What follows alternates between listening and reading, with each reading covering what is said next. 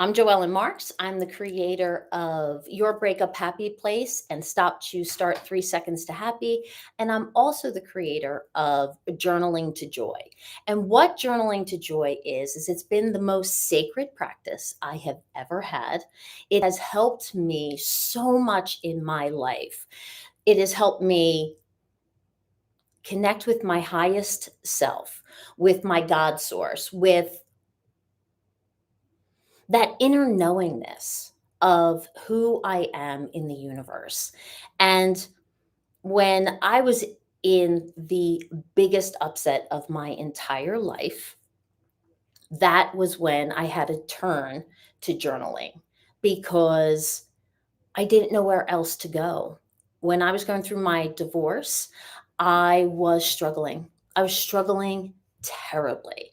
And the truth is I didn't want to go on without my now ex-husband, and I didn't know where to turn because in the beginning, he was suffering terribly. He was really struggling with a lot of emotional challenges. And I had to find a way to get through it. And the only way I was able to do that was through going inside. And actually, I used to, when I was married, I used to go to church every Sunday. I used to love going to Mass. I found it to be one of the most beautiful blessings in my life. And when I went through my divorce, I felt like God had forgotten about me, that I was being punished in some way. And what I realized was that was never the truth. That was never the truth. What was really going on was that relationship had to end, and it was part of a bigger plan. And that bigger plan included me getting to know who I am in my body, in my mind, in my spirit, and trust that I was being led to exactly where I'd always been meant to be. And in that trust, I discovered that I was absolutely positively worthy of being loved. So that's what I'm here to talk about. Here to talk about what it takes to actually get to that place where you can start to feel like you're worthy of love, that you're worthy of connection, that you are worthy of so much more.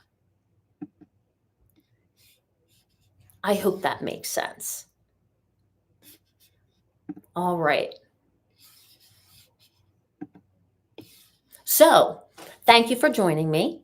Hey Jen, if you have any questions, please pop them in the comment section.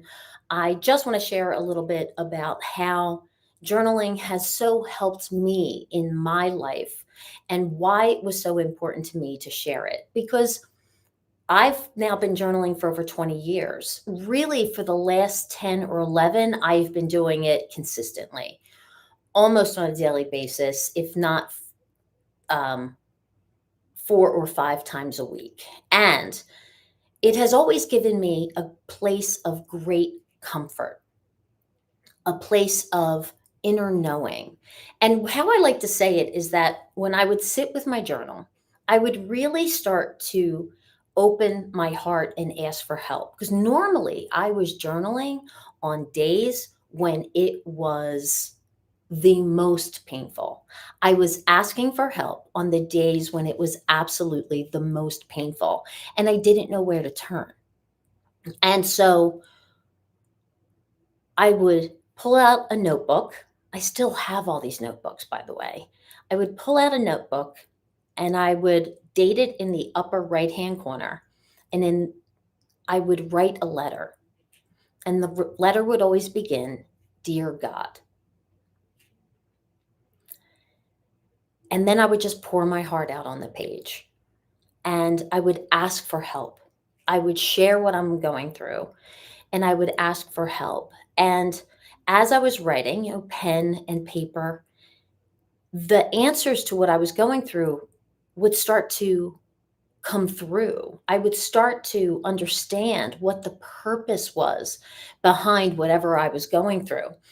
And the only way I can describe it is that the version of Joe Ellen that is way smarter than this version of Joe Ellen, this human, flawed, making mistakes, making bad choices version, was able to understand. And I don't want to use the word magic because magic's not the right word, but it was this inner knowingness. And it was accompanied by great peace. And the more I journaled, the more I started to get answers. And then at a certain point, I really started to find a deep inner sense of peace.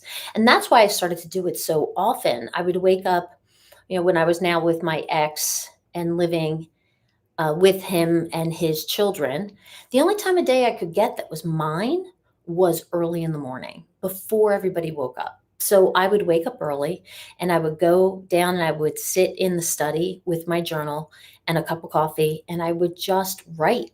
And I called it my God time. It was my time to connect with my highest source that I call God. It's not a religious God, it's just God. And to me, God is truly love. That is what God is to me. And what I was able to understand on the pages of the journal was that love is who I am, that I am worthy of love. And there's nothing I've done and there's nothing I haven't done to not be worthy of that love.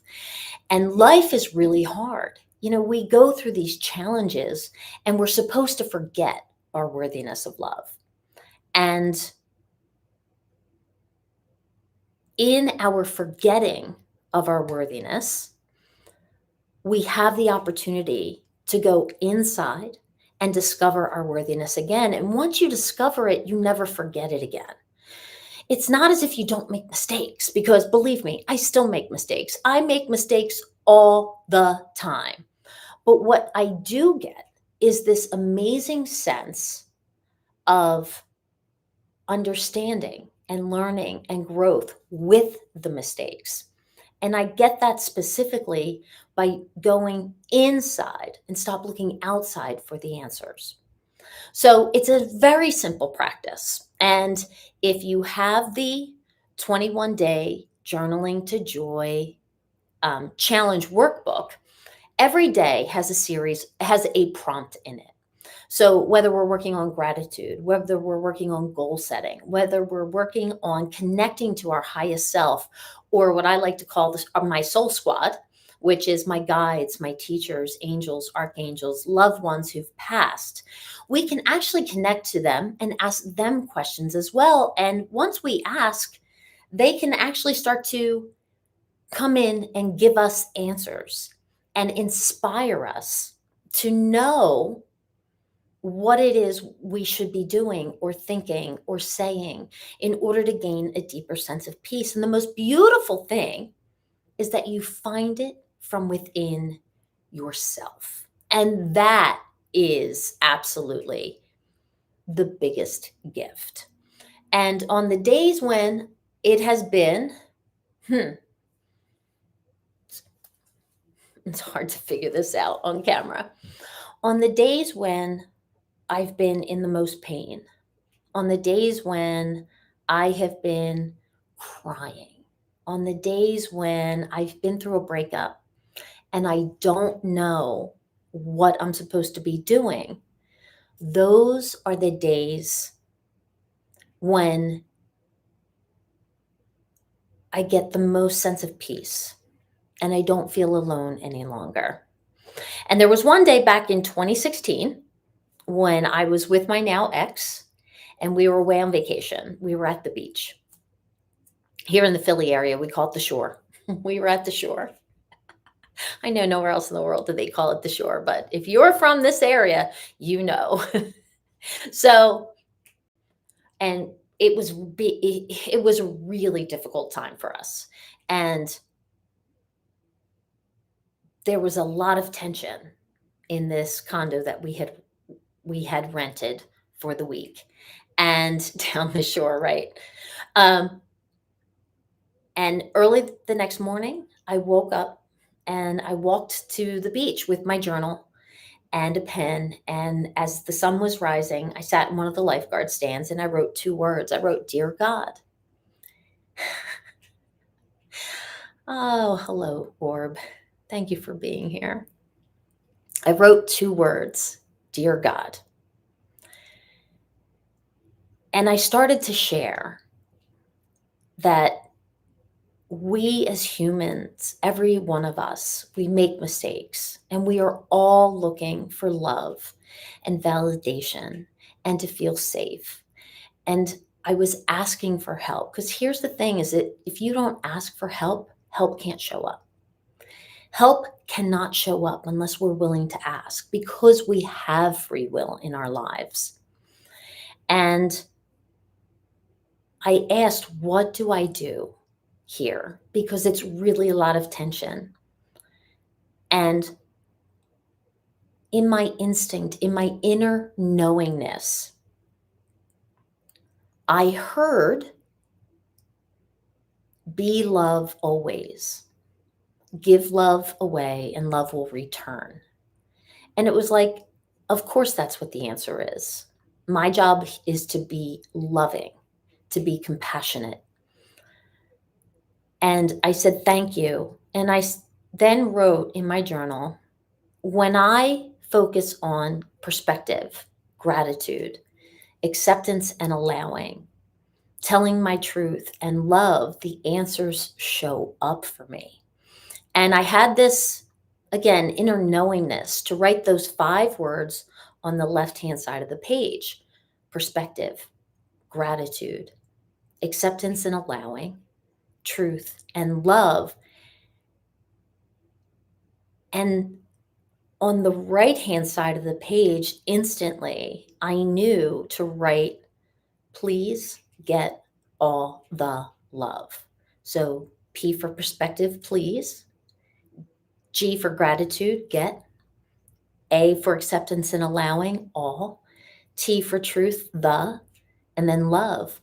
And I took it as that was the request, is to please get all the love you can in this lifetime because you absolutely are worthy of it. So stop blocking it. Stop acting as if it's not there for you. And please just allow it to come in. And please give all the love that you can. And that's where please get all the love came for. When I would sit with my journal and I would write from a different perspective, when I would step back and I would try to look at it from 30,000 feet or from God's point of view over this situation, because in my heart and in my soul, I know that I'm walking a part of God's plan for me. And if I try to look at it from that perspective, I see things differently.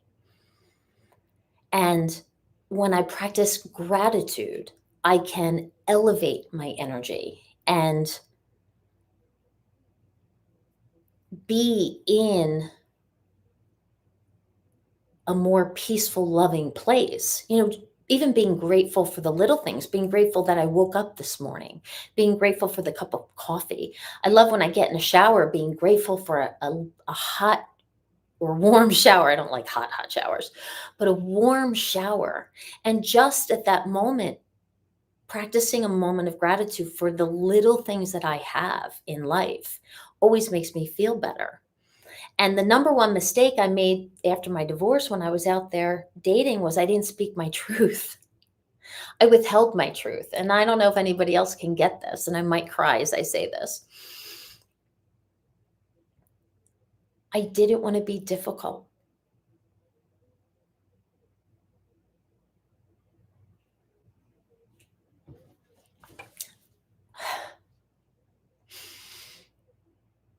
I wanted to be a good little girl because in my mind, somehow I had made myself believe that if I wasn't a good little girl and behaved and wasn't, loud or opinionated or demanding on some level, if I was that way, that this person that I was dating would never leave. And so what I do is I made myself a doormat because I allowed them to do whatever they wanted. Meaning, if they say they're going to call tomorrow and they don't call for 3 or 4 days, and I feel hurt by that, when the phone rang or they gave a text, I didn't let them know that. I believed that I had to behave in some way that to say I was glad to hear from them. And what I was actually doing was creating more pain because I was teaching them how to treat me instead of learning to speak my truth in a loving, kind way that says, hey, when you said you were going to call tomorrow and now it's 4 or 5 days later, that doesn't feel good to me. And it doesn't mean anything about them. It means that's the impact on me. It doesn't feel good. And allowing them to then walk away if they thought that was too big a demand. But honestly, if somebody's going to make you feel valuable, that ain't too big of a demand. It's so small. Communication is so huge. And I wouldn't create healthy boundaries for myself. And so even though I felt like I needed some things, I wasn't asking for them because I wasn't willing to speak my truth. And in doing that, I was teaching them how to treat me. And I was teaching them how to treat me that way because I didn't want them to leave. And here's the rub, they always left. And it hurt because it felt like I could never be good enough. I could never be sweet enough. I could never be kind enough. And here was the truth. I wasn't supposed to be those things. I was supposed to be authentically myself and to love myself exactly the way I am. And by speaking my truth with kindness, I was actually honoring myself. So the T in truth was the in the phrase, and then love is love because love is the foundation of everything. So on the page of my journal, and I remember the moment so well because it felt profound. It felt like I had just discovered something. As a matter of fact, I had these bracelets made shortly after that. Um, and they say, I don't know if I can get this close enough to the camera. You see that? Please get all the love. And the other side says, 3 seconds to happy. And I had these made, and I've been wearing these bracelets for the last 8 or 9 years, and I rarely take them off to remind me that that is my purpose in life. And this is the gift that I've gotten out of journaling. And so I created the 21-day Journaling to Joy challenge because I know a lot of people sell journaling programs. And by the way, this is free. It's not for sale. And this is my walk through my connection to my highest power, which I call God. Again, it's not a religious God. It's just God. And to me, God is love. And it's a way of me connecting to my highest self, the version of me that is way smarter than this human version. And prior to doing this, I was really suffering. I was in a lot of pain. I was out there trying to date, trying to find someone to prove to me that I was worthy of love. And on the pages of my journal, I remember when this happened. It was in about 2010. And I'd been dating a man that, for history's sake, I always call him Jake. That's not his real name, but I call him Jake. And I really liked Jake. I liked Jake a lot. But Jake was one of those men who, I'll call you tomorrow, and then he doesn't call you for a few days. And I realized that I had been jumping and answering. So I was letting him know that that was okay. And then one day he did it, and I was sitting with my journal. It was on a weekend. And I realized I had been doing that again. I had been teaching Jake how to treat me. And so I sat with my journal and I wrote, Dear God, and I said, this is what I've been doing. I don't know what to do next. And my inner knowing said, when he reaches out to invite you somewhere, you don't have to go. And it did happen. And the most amazing thing happened is when he reached out to invite me to go somewhere, just out of the blue, no communication. Um, I just said 3 words, no, comma, thank you. That's it. There was no attachment to it. There was no upset about it. There was no story behind it. He asked me if I wanted to go to a Flyers game. And I said, if that night, by the way, and I just said, no, thank you. I just had said quietly to myself, I'm going to honor myself. And it doesn't mean it didn't hurt because I wanted attention from him. I wanted him to like me, to want me, all of those things, but it wasn't working. And I was getting hurt. And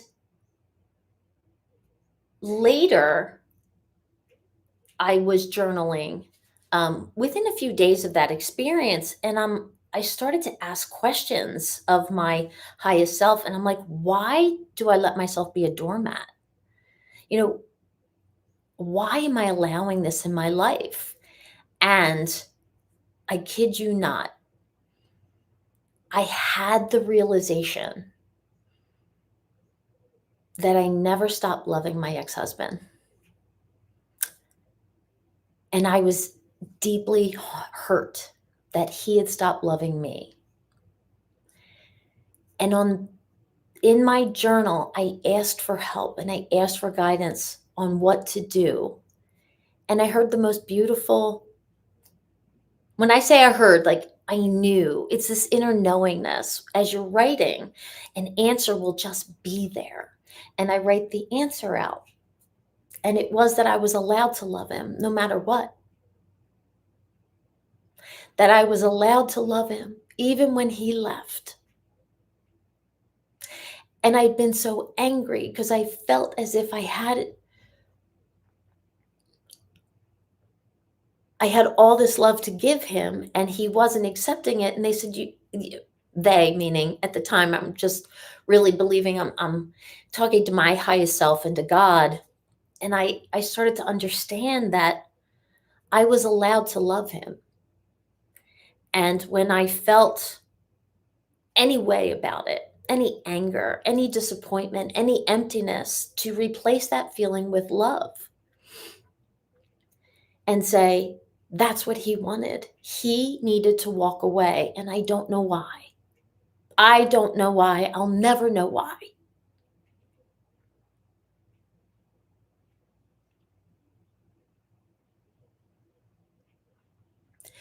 But that I was still allowed to be love and still allowed to send him love. And it was the moment I released him. And if it wasn't for my journal, I wouldn't have gotten to that.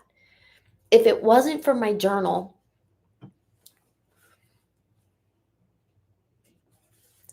people can tell you things. Like I can tell you my experience, and you can be happy for me or judge me for it, whatever your response is. But the power is when you sit and you discover the answer for yourself, that is your authentic truth. No one can ever take that away from you. Because it never matters what anybody else thinks or says. It matters what you believe.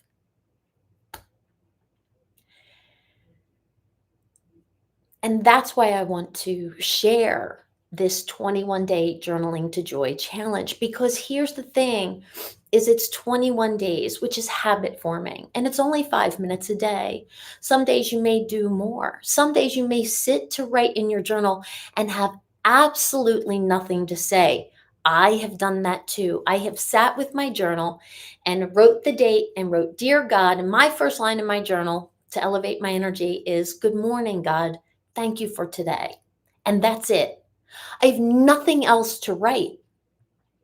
But for that moment, I've just elevated my energy, because if I have nothing to say that day, or I have ADHD. I mean, seriously, some days it's like a herd of hamsters is running on the 20 different wheels inside my head and I can't focus.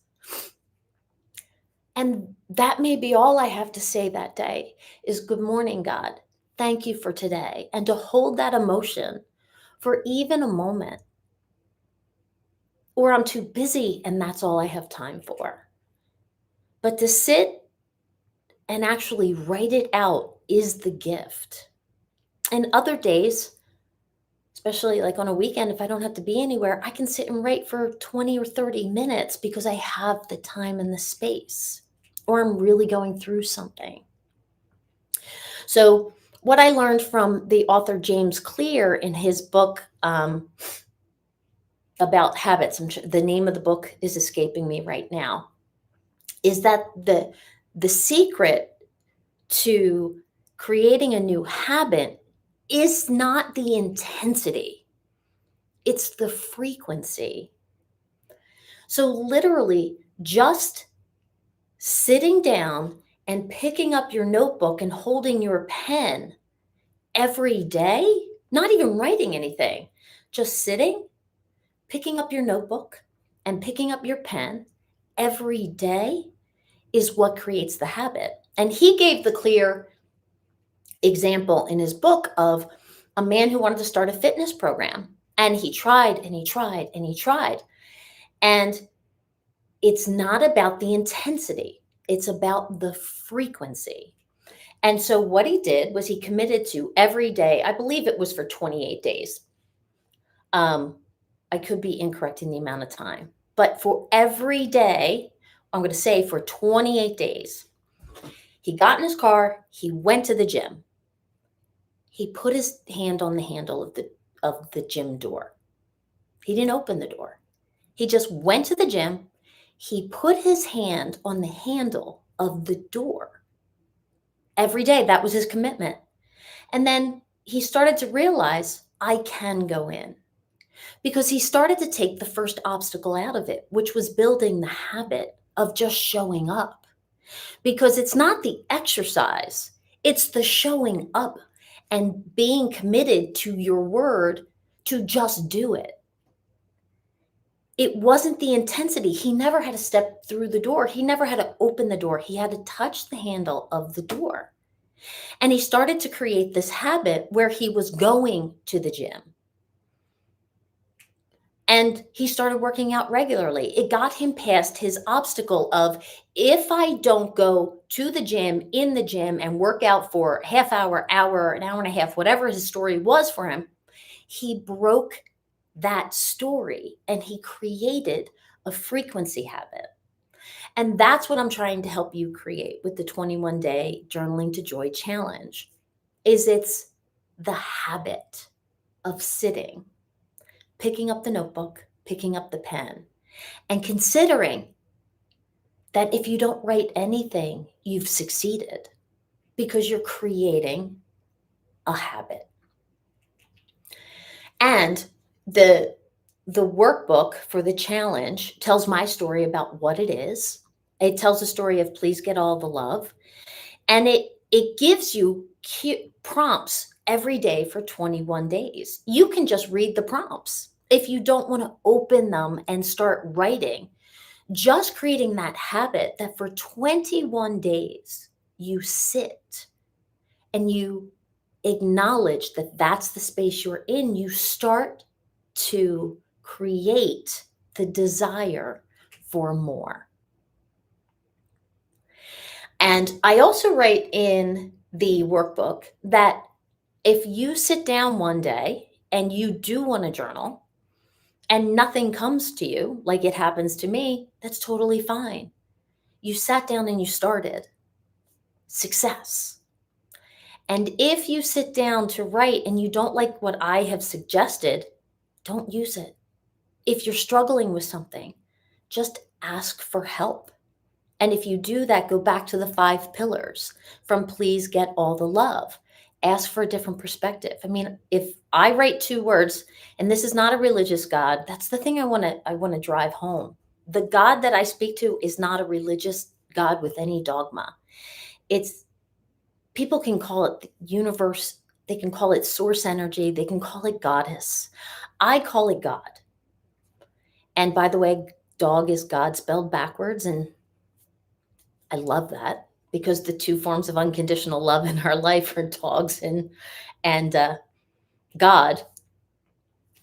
And I sit with this source of energy that I believe has unconditional love for me. And in that space of unconditional love, there is no judgment, there is no dogma, there is only acceptance, forgiveness, compassion, and love. And that when I sit with my journal and I write, Dear God, and I ask for help from a problem, the understanding that I have of God is that God already knows all of it. So I'm not going to shock God with anything that I'm feeling shame over or I'm feeling embarrassed by because God already knows. And God still loves me even though I screw things up all the time. All the time. And when I ask for help, I'm asking to see from a safe, connected, loving perspective. Sometimes I practice the G for gratitude. And all I can do, and this is a mantra that I use as well, is thank you, God, thank you.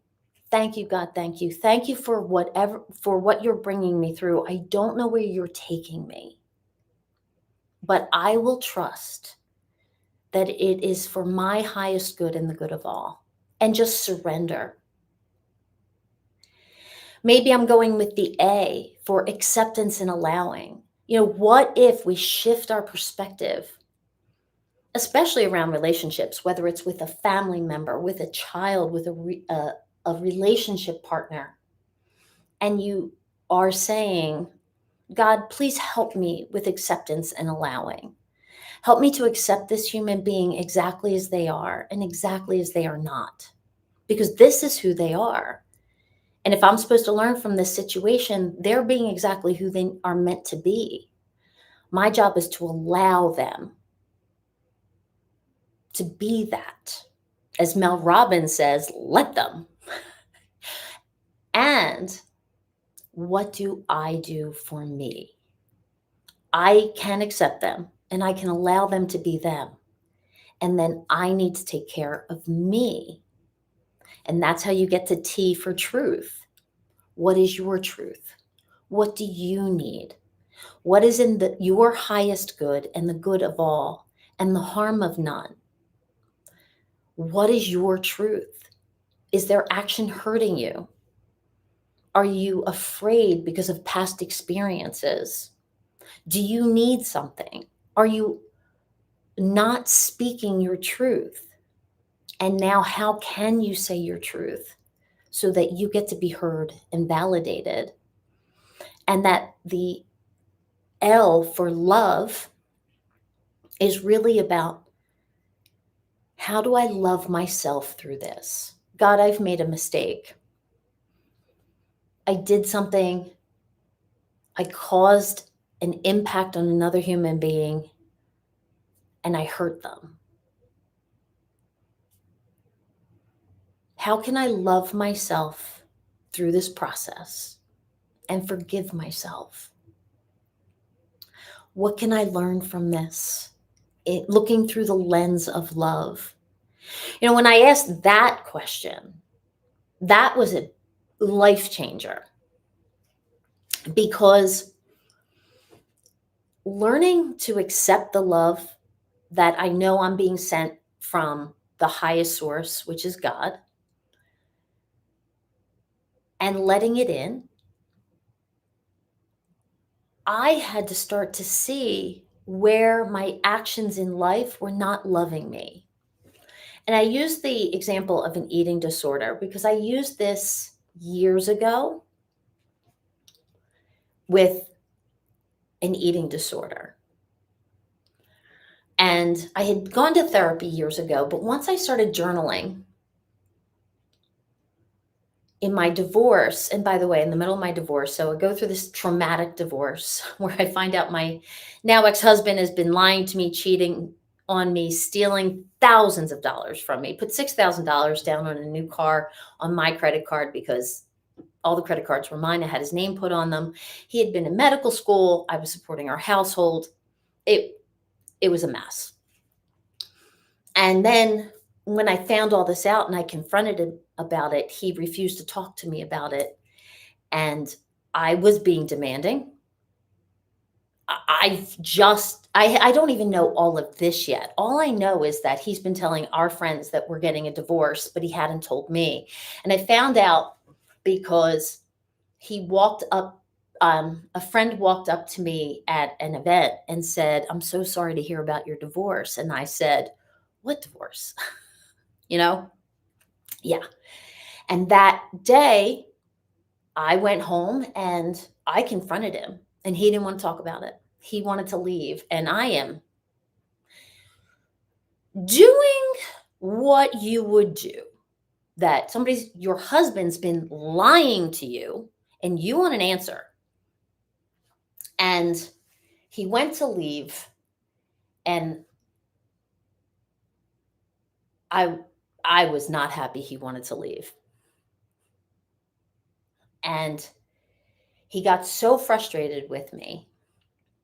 He's 6'5", 270 pounds. I'm not even 5'7", probably a buck and a half, 150 pounds at the time. And he threw me up against a wall and he put his hands around my throat and he choked me. And I just froze.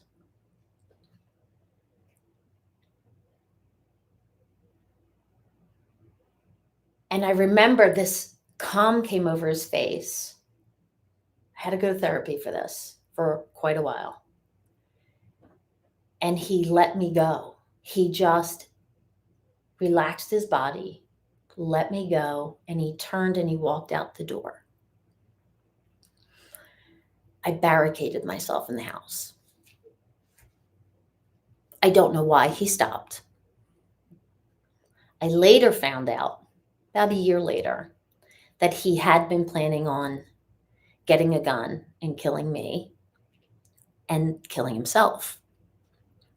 But he hadn't secured the gun yet. And that if he had, in fact, killed me that day, he had no way to take his own life.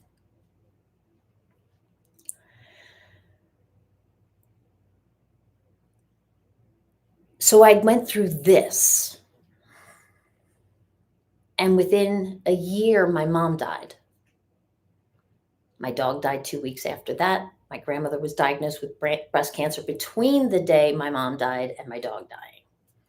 And I was living in hell. I was living in absolute hell. And the way I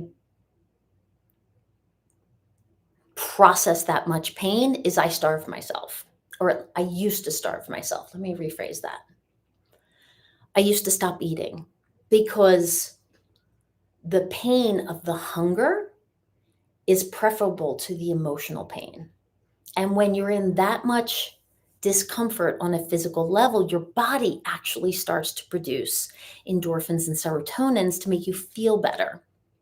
And when I finally got into therapy, I said to the therapist, I was like, I'm not eating. My mom died and I can't cry and I feel good. And she looked me straight in the face and she goes, "Oh dear, you're manic. It's good you're here." I was like, okay, at least I know I'm in the right spot. And we worked through a number of things. But on the pages of my journal, because I was not eating and it was a game to me, like I would see how many days I could go without food. On the pages of my journal, I started to understand how to shift my perspective and love myself, that me eating healthy, nourishing food is an act of love. Me binging and purging on garbage and all the foods that are not going to make me feel good is not an act of love. It's an act of vengeance. And that when I was tempted to not eat and to starve myself, I could go back to this idea that I had found in my journal, that loving myself and eating healthy, nutritious food is an act of self love. And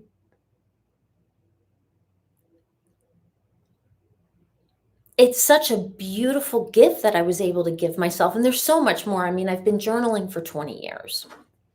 And so that's what I wanted to share about today. I really wanted to talk about the experience and the beautiful breakthroughs I've had journaling. And it's not every single day you're going to have a breakthrough. And yet the breakthroughs come. And once you discover these little gems that are hidden within yourself, because you are getting the answers from yourself. I'm not telling you what to do. You're discovering them for you. You're answering your questions. You're communicating with the highest source of yourself and with God and source energy, and all they want for you is love. There's so much more power than me ever telling you anything. And I was really afraid to share this. I was petrified of sharing this. And I just have hit a point where I was ready to put it out there and see what happens. Because if one other human being discovers their own worthiness of love, then it was worth putting it out there, because everything shifts after that moment. And so, if you have any questions, thanks for being here, by the way. You are welcome to put them in the chat.